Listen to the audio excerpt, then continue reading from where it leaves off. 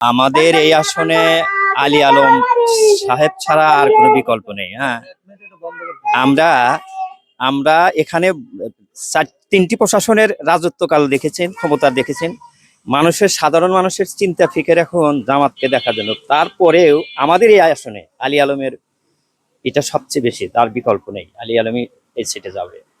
সামনে তো জাতীয় সংসদ নির্বাচন, কোন দল ক্ষমতা আসলে দেশের জন্য ভালো হবে?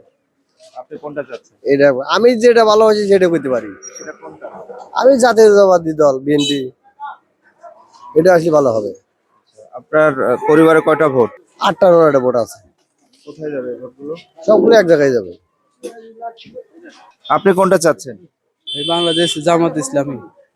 বিএনপি রেখে জামাত কেন চাচ্ছেন?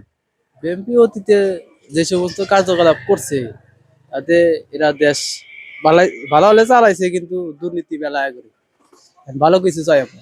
আপনার পরিবারে কয়টা ভোট? 8টা ভোট। এই 8টা কোথায় যাবে? আর নিয়ত করছি আল্লাহ রহম বাংলাদেশ জামাত ইসলামী। ভাই কোনটা চাচ্ছেন? আমি জামাত ইসলামী চাইতেছি। আপনি জামাত? জামাত চাইতেছি কারণ হচ্ছে যে যদি আওয়ামী লীগে ভোট নাই দেয় জামাতে দিব। বিএনপির তো শালা চাঁদাবাজ। ভোট দেওয়ার আগে কোন দলকে দিতে? জামাতে ভোট দেওয়ার আগে আমি আওয়ামী লীগের ব্যান্ড ছিলাম। আওয়ামী লীগে ভোট দিয়েছি দীর্ঘ 13 বার। তো যাই হোক, আমি আওয়ামী লীগকেও ভালোবাসি, আমি বর্তমানে একটু জামাত ভালোবাসা ধরছি। এদের মুখে দাঁড়িয়ে রাখছি ইনশাল্লাহ। বিএনপিকে দিবেন না কেন? বিএনপিকে দিব না, ভালো লাগে না। আমার জামাত ভালো লাগে, জামাতকে দেবো ইনশাল্লাহ। কয়টা ভোট আপনার পরিবারে? আমার পরিবারে ভোট আছে, আমার 5-7টা ভোট আছে। এসব কোথায় যাবে? সব যাবে আওয়ামী লীগে আর হলে জামাতে। আওয়ামী লীগ যদি নির্বাচনে না আসে সেক্ষেত্রে কোথায় যাবে? সেক্ষেত্রে জামাতে যাবে ইনশাল্লাহ। এটা তো সিরাজগঞ্জ 5 আসন। সামনের জাতীয় নির্বাচনে আপনারা কাকে চাচ্ছেন? শিবির চাই। শিবির?